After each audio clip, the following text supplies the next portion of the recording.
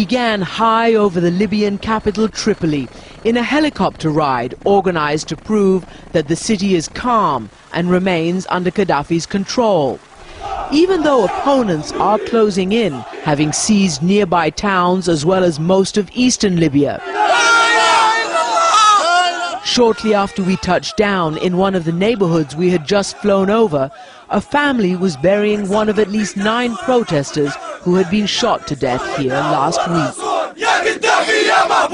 The mourners began chanting, "Beware Gadhafi, you too soon will be buried here." But in other parts of the city, other chants. These people were shouting for Gadhafi as they were waiting in long lines around the banks for a handout from their leader, about $450 or 1 month's salary. Meantime, Colonel Gadhafi himself had yet to give an interview when we were suddenly called to meet him this evening.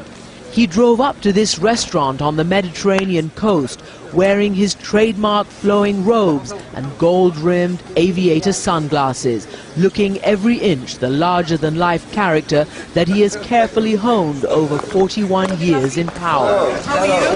It's good to meet you. I'm Christiana Manpour, ABC. More than anything, his people wanted us to see that Gadhafi is not hiding and has not fled, but remains here in Tripoli, perhaps his last stronghold. He showed no signs of a siege mentality. That's perhaps because he remains utterly unconvinced that there is an uprising against him. No demonstration at all in the streets. No one against us. Against me for what? Because I am not president. But then... They love me, all my people with me. They love me all. But if they do love you... They will die to protect me, my people.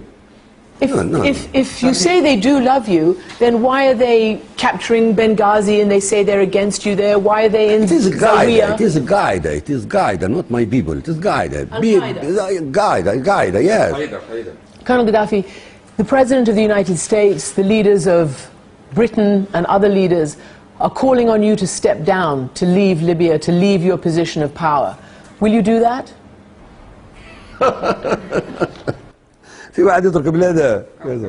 Who would leave his homeland? Why do I leave my homeland? Why do I leave Libya? They say that they've done it because you have ordered force against your people, shooting of protesters. This is lying, 100%. They say that you ordered air attacks against people, against civilians, and helicopter gunships. Your own pilots, Air Force pilots, at least 2, have defected, saying that they did not want to carry out orders against the people. Did you give such orders?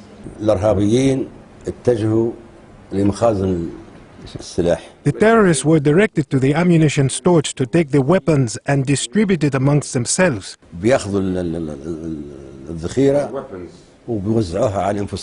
So the orders were given to strike these places with planes, so the weapons don't get in the hands of the terrorists. The international community is concerned about stockpiles of mustard gas or other kind of chemical weapons.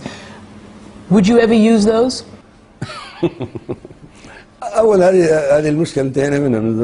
First of all, this problem, we fixed it a while ago with Britain and America. We finished it. Is it even possible for a person to use chemical weapons against his own enemy in this modern age, let alone his own people?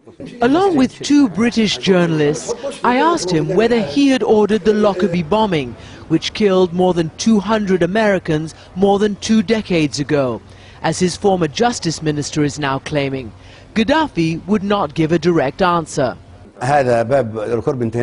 This is a door to a conversation we are finished with. I am not prepared to walk between graves. But despite Lockerbie, Gadhafi was brought in from the cold several years ago after giving up his weapons of mass destruction.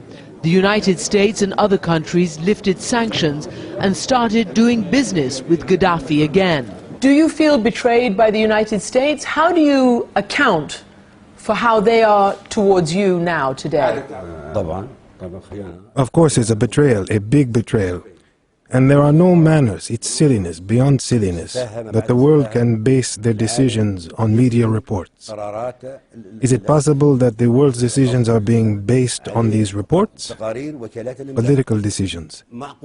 They should be looking for the truth of what is happening on the ground in Libya, then make their decisions. We asked him what he thought of President Obama. My opinion I've said before on many occasions. I believe he was a good young man. I supported his international policies, and the relationship between the two countries has changed. But it seems he's been misinformed, and I can't believe the statements he has made. He said he thought outside powers wanted to recolonize Libya, and he vowed to fight off any invaders alongside the Libyan people. For Nightline, I'm Christiana Manpour in Tripoli.